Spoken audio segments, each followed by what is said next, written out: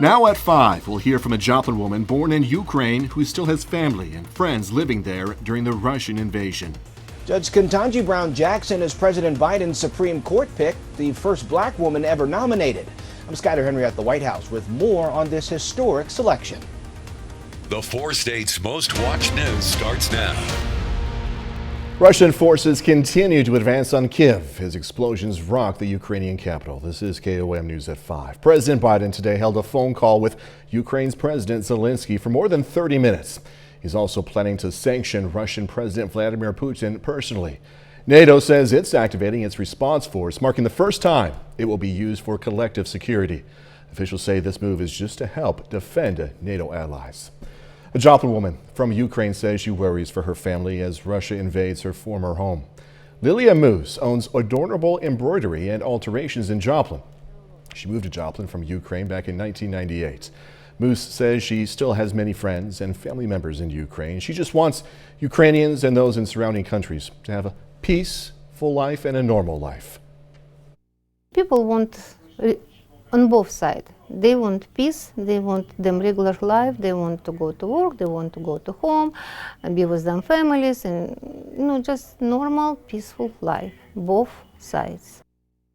Moose says she hopes to see President Biden take a more aggressive stance to protect Ukraine. Well, the relationship between Ukraine and Russia goes back a long time, so we went to Missouri Southern to speak with Dr. Rebecca Shriver, an assistant professor of history. Shriver says a lot of it goes back to the days of the Soviet Union when Russia controlled Ukraine. But when the Soviet Union fell, many Ukrainians were hopeful they would get their own independent nation. When the Soviet Union starts to dissolve in the 1990s, they're one of the first to vote to form their own independent state. Over 90% of Ukrainians voted to break away from the Soviet Union and create their own state. So, as you can see, there's this long history of Russia coming in and taking over the region and trying to suppress Ukrainian nationalist movements. Dr. Shriver says Russian President Putin has expressed a desire to restore old imperial Russia. Doug Eddy joining us now. Some more melts time today, Doug. Yeah, today was a pretty good melting day for us. Even though temperatures did not get above freezing, the sun really helped, so at least we've melted off quite a bit. We do have partly to mostly cloudy skies. A lot of clouds have been kind of filtering in over the past couple hours. A weak little wave is going to pass mainly to our south as we go into about the next 24 hours or so. Temperatures better. We're sitting mainly into the upper 20s to near 30 once you get into northeastern parts of Oklahoma. We still have these northerly winds though at about 5 to 10, so that makes it feel a little bit colder than what it actually is. Through the evening hours, we'll slide back through the 20s. Another cold night, back into the teens for overnight lows, but we continue to warm up over the next few days. We'll look at that here in just a bit. Doug, thanks as always. U.S. Senator from Oklahoma Jim Imhoff announced he's going to retire next year. The 87-year-old announced his last day will be January 3rd, 2023. His retirement will trigger a special election, meaning both Senate seats in Oklahoma will be up for grabs next year because Senator James Lankford is up for re-election. Oklahoma's 3-day filing period for candidates begins April 13th. Kansas and Missouri announced settlements with 3 major pharmaceutical manufacturers over their role in the opioid crisis. The $26 billion settlement involves Cardinal Health, McKesson Corporation, and AmerisourceBergen. Kansas is receiving $190 million in payments over 17 years, while Missouri is receiving $485 million. President Biden has chosen federal appeals court judge Ketanji Brown Jackson as his nominee for the Supreme Court. She's the first black woman ever nominated to the nation's highest court in its 233-year existence. Reporter Skyler Henry has more on this historic nomination from the White House. President Biden made history as he introduced his Supreme Court nominee, Judge Ketanji Brown Jackson, the first black woman chosen to serve on the nation's highest court. She strives to be fair, to get it right, to do justice. The 51-year-old appeals court judge is a Harvard Law School graduate who was a law clerk for Justice Stephen Breyer, the man she will now replace if confirmed. I can only hope that my life and career, my love of this country and the Constitution, and my commitment to upholding the rule of law and the sacred principles upon which this great nation was founded will inspire future generations of Americans. The announcement comes exactly 2 years after then-candidate Biden made a promise to nominate a black woman. I believe it's time that we have a court that reflects the full talents and greatness of our nation. Judge Jackson's experience as a former public defender would also be a first for the Supreme Court. It's experience that both she and President Biden have in common in their lengthy law careers. We've seen a lot of folks who served as public defenders and civil rights lawyers be elevated under this administration because there have been far too few of folks with that sort of experience. Judge Jackson is familiar with the confirmation process, having gone through it last year when she was nominated to the district court. This time around, the stakes are higher, with the reward of attaining a seat on the Supreme Court. Skyler Henry, CBS News, the White House. Judge Jackson won the support of 3 Republican senators during her last confirmation process. Now, if she doesn't get any bipartisan support this time around, she can still be confirmed if she receives all 50 Democratic votes, plus Vice President Kamala Harris's tie-breaking vote. Still ahead, staying safe on the road. A new report shows how well today's vehicles perform in crashes. I'm Dina Demetrius, and we'll have the results. And next in Health Watch, the rise in tech aimed towards do-it-yourself healthcare.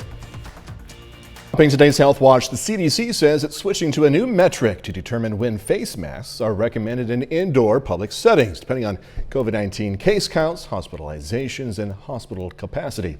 The new policy only recommends 30% of the country wear masks. The Biden administration says COVID-19 may eventually join the ranks of other viruses like the seasonal flu. A new study published in The Lancet details the tragic toll the COVID-19 pandemic is taking on children worldwide. Researchers say since March of 2020, at least 5 million children under the age of 18 have lost a parent or caregiver to the virus, putting them at increased risk of poverty, abuse, and mental illness. Well, more and more people are using those mobile apps and at-home tests to monitor their own health. Reporter Michael George takes a closer look at the pros and cons of the do-it-yourself health movement. Tom Dean has been diabetic for 16 years. He also hosts a Twitter community where diabetic patients share their experiences. For them, constantly keeping track of their blood sugar and insulin can be a matter of life and death. When you have to start writing everything down for yourself, with everyone's busy schedules, it becomes unmanageable at a point. But now, Tom has help. He's using multiple apps to do things like monitor his diet, order new prescriptions, and manage his blood sugar. I've just gone on now onto Libra. It will tell me my level instantly, rather than finger pricking the old-fashioned way. There are now thousands of health apps and at-home tests people are using to monitor their health, for everything from asthma to weight loss to sleep apnea. A Carnegie Mellon University study finds diabetes patients who use apps have better health outcomes, fewer hospital visits, and lower medical costs. Dr. Natasha Bouillon is Regional Medical Director for One Medical. She says with medical personnel strained treating COVID patients, these apps allow doctors and nurses to monitor their patients' health without an office visit. I really love when patients are engaged in their health and they're empowered by seeing their own health information. But there is a downside. Patients can be overwhelmed with all this information. The information should really be just interpreted in the context of a trusted primary care provider. For a lot of patients getting inundated with this information, they sometimes don't know what to do. Tom's app automatically shares his blood sugar levels with his nurse. I think it's amazing because it's doing everything kind of for you, making managing his chronic illness just a little bit easier. Michael George, CBS News, New York. Now, some health apps have been criticized for collecting users' data. Experts say you should choose your app in consultation with your doctor. Doctors at Brigham and Women's Hospital in Boston have identified a link between migraines and pregnancy complications. They found a migraine diagnosis put pregnant women at higher risk of preterm births, high blood pressure, and preeclampsia, but not gestational diabetes or low birth rate. Chinese researchers may be on the brink of developing an anti-obesity drug. They found low doses of an anti-tumor drug derived from a Chinese tree significantly suppressed food intake and reduced body weight in obese mice, but its safety as a weight loss drug must still be determined. That is a look at today's health news. A little bit later, why the Department of Justice is suing to stop a healthcare company acquisition. Plus another cold night for us tonight, but we are going to start to warm things back up. We're going to check that out coming up. It was nice to get some sunshine for us today after we've had the sleet, the snow on Wednesday and Thursday. We are melting that off across the region. It looks pretty good. This is a nice shot. Indigo Sky Casino and Resort. We have those high and mid and upper level clouds across the region. A lot of clouds tonight and then kind of in and out of the region as we head into the daytime hours tomorrow. But temperatures, they're cold, but they're better. We only had highs into the teens for 2 days, so at least we're going in the right direction. Anderson, 29, Miami 30, Pitt 27, Chanute sitting at 31 degrees. We have Monette at 27 degrees. It is going to be cold once again tonight. Not as cold as what we did see during the morning hours. Still have that kind of northerly wind at about 5 to 10 miles per hour. Through the evening hours, we slide back through the 20s. I think most of us 14, 15, 16 degrees for an overnight low tonight. We do have the clouds kind of increasing across the region. We cleared out late last night. We had plenty of sunshine this morning, and then clouds have been thickening up. Nothing underneath them though, so that's the good news. We do have a weak wave to our south, so the clouds are thickening a little bit more in Oklahoma, parts of Arkansas. You can see this weak little wave right here through parts of Utah. It's going to swing out. It will produce some rain just to our south as we go into the daytime hours tomorrow, but I'm going to keep us dry. I think most of us will stay dry, as any rain will stay across parts of Oklahoma and Arkansas. All right, mid-teens tonight. Let's go into the morning hours tomorrow into the afternoon. Clouds will increase again, so we'll have partly to mostly cloudy skies. I think any rain stays toward Fayetteville or Fort Smith. For us overall, it looks pretty good. A big melting day again. We start at 14:33 by noon. High temp at 39, easterly winds light at about 5 to 10. Tomorrow night, not as cold, which is good. It's still cold, but not as cold. We drop back into lower 20s.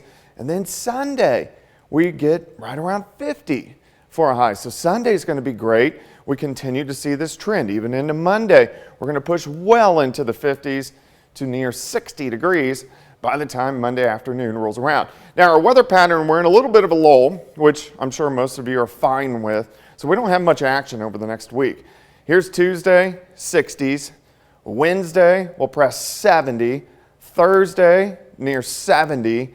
Friday, we're going to start to see our next storm system. So thunderstorms will start to develop. I think most of Friday is going to be fine, but we're going to get some thunderstorms in here Friday night into Saturday. Some of these could be strong, possibly severe next Saturday. So we got to keep our eyes on that. And then once this system rolls out, then we reload and go again by the following Sunday into Monday. So we hit a really active stretch, but at least for the next 7 days, we're looking pretty good.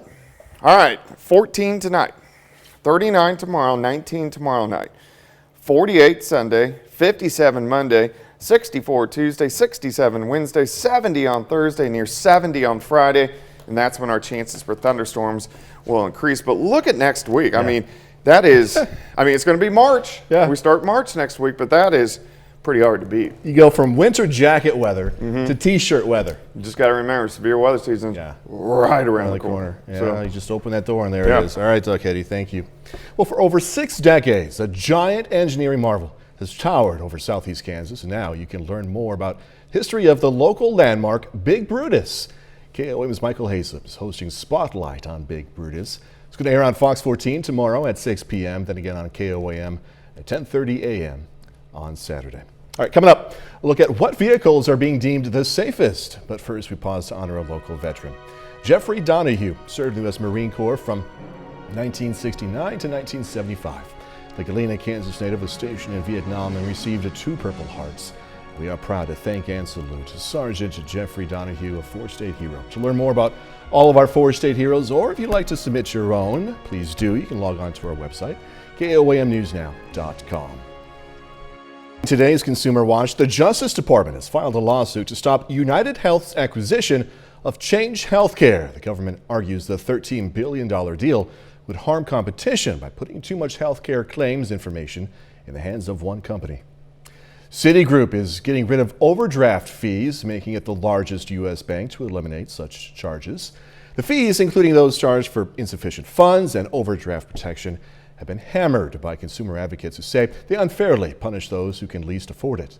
Citi joins a growing list of lenders changing or outright eliminating the changes amid pressure from Congress and increased competition from online banks.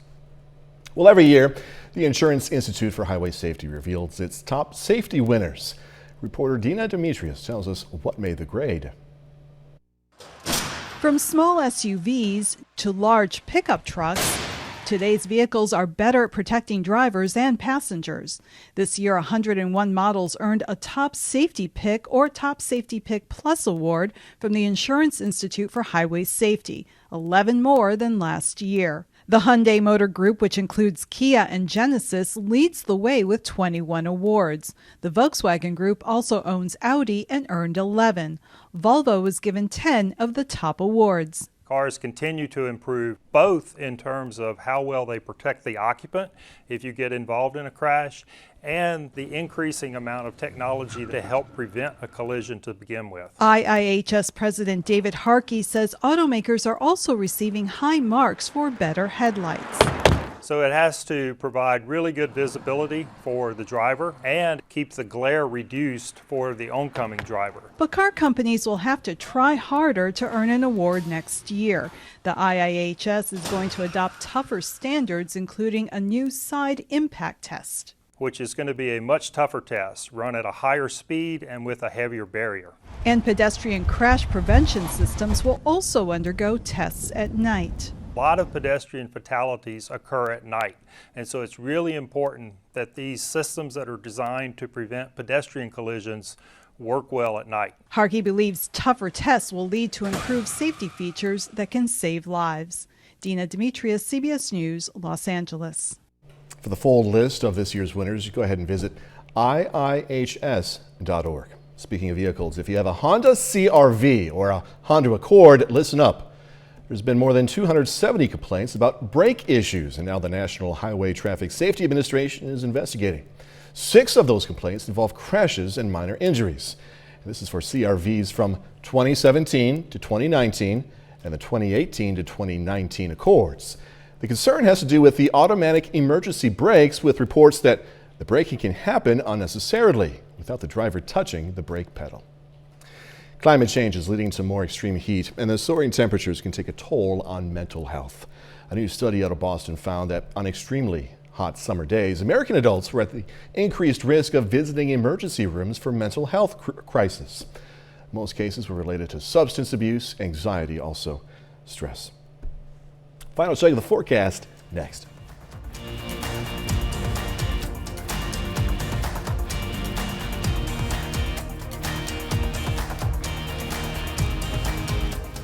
Next on the CBS Evening News, more on the CDC's new guidance regarding masks. Then on KOAM News at 6. You're going to hear more from a Joplin woman born in Ukraine about the situation there. Plus, how that conflict could impact Kansas wheat fields. Pitt State hosting an event connecting students with area companies. Please stay with us for the CBS Evening News and then KOAM News at 6. All right, having a pet bestie could boost that brain power. A new study shows it could delay memory loss and other kinds of cognitive decline, especially verbal memory, like memorizing a list of words. Now, the whole thing isn't instant. You don't get a pet and then, bam, life is better. Study authors say you got to have a pet pal for 5 years or more. You may be asking why. There's no clear answer from this study, but previous studies have shown that pets can help you cut back on stress, which helps the brain. Something what stress, it's like a domino effect. Something what stress can actually cause in you, you know? That's true. That's very true. Stress is bad. Pets do help. Yeah, they do. So yeah, they do. Slow, but surely it's going to warm up out there. It is. Still cold tonight. We're going to drop back to about 14. But we do push 40 tomorrow. We push 50 Sunday. We push 60 on Monday. And then eventually near 70 by the middle of next week. We're fairly dry for the next week or so, which is good news. We'll get a chance to dry out just a little bit. But overall, we're looking pretty good. I agree. Thanks for joining us. We'll see you at 6.